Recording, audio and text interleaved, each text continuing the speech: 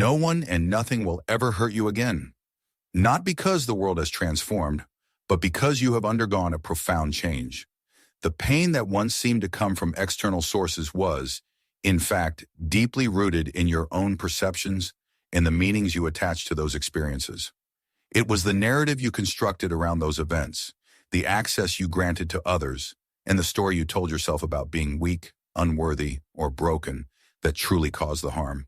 Carl Jung understood this dynamic, recognizing that pain is not just an external event, but an internalized experience that shapes our psyche and can become our identity if left unchecked. However, the truth that often eludes people is that hurt is not a direct result of others' cruelty, but rather a consequence of attaching your worth to how others treat you. You get hurt because you believe the lie that your value is tied to your acceptance and that your safety is contingent upon your relationships. Jung would argue that everything you need is already within you. You don't need to be chosen to feel worthy, praised to feel strong, or understood to feel real.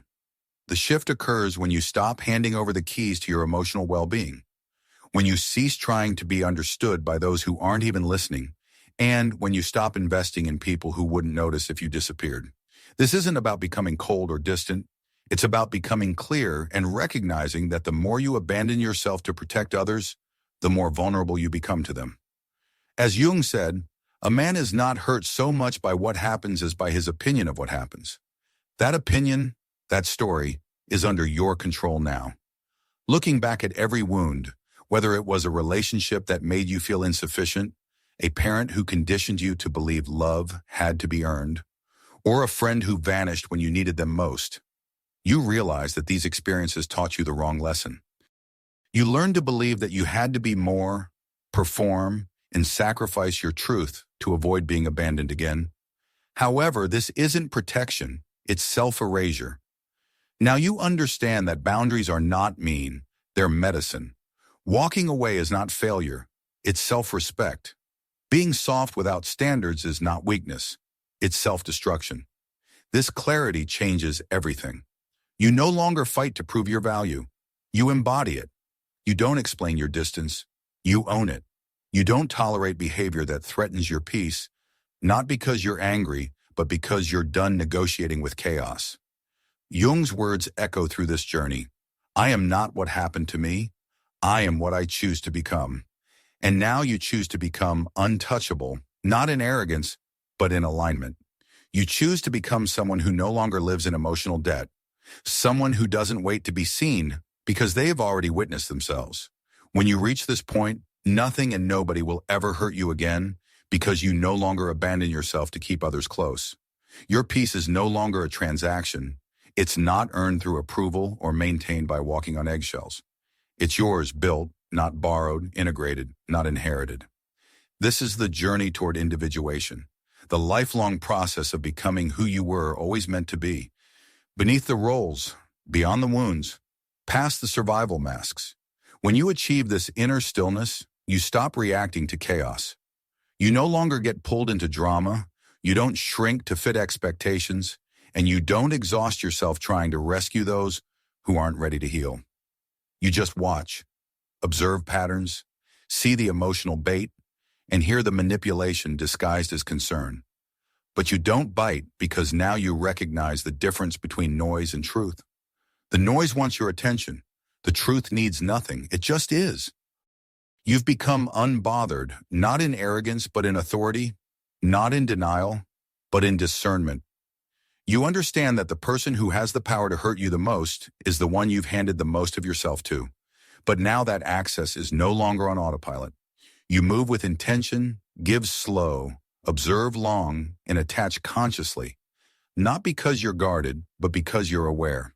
You've stopped calling chaos chemistry, stopped chasing closure from people who profit off your confusion, and stopped waiting for someone else to hand you back the version of you they never valued.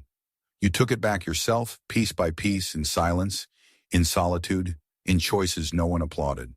But that changed everything. Your safety doesn't come from people behaving a certain way. It comes from knowing you'll leave when they don't. Your worth doesn't fluctuate with someone's text back. Your peace doesn't crumble when someone doesn't get you. Your day isn't ruined by moods or projections because you're no longer available to the wound pattern. You've closed the loop, faced the part of you that once needed chaos to feel alive, and made peace with it. You don't perform for it anymore. That's how you become unheard, not because you're trying to rewrite the past through present people, but because you're no longer giving old pain a second chance through new faces. You're already whole, and wholeness doesn't beg, chase, or tolerate what feels familiar, but also wounding. Everything changes when you start to feel the difference between attention and presence, between love that feels like safety and love that feels like adrenaline. You choose differently because the healed version of you is picky, selective, and quiet. Not because they're slow, but because they're clear. They don't announce their boundaries, they simply live them. They don't demand respect, they embody it. This is the power of integration, when your inner world becomes so cohesive, so grounded that nothing outside of you can shatter it. It's not that people won't try, they will. They'll test you, project onto you, say you've changed, say you're selfish, say you've become distant. But you won't flinch because now you understand. Distance is not disconnection, it's discernment. Knowing who gets the full you and who gets silence.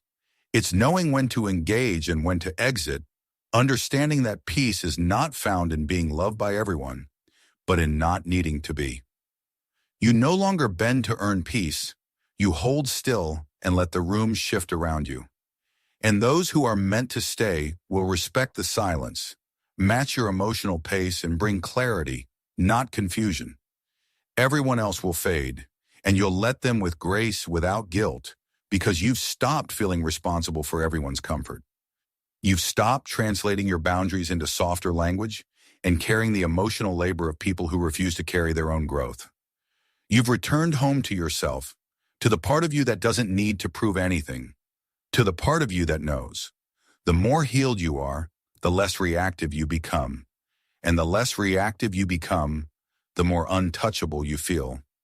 Not because you're closed off, but because you're complete. Nothing and nobody can enter your life by default. They must knock, wait, and align. And if they don't get in, not because you're punishing them, but because your peace is no longer negotiable.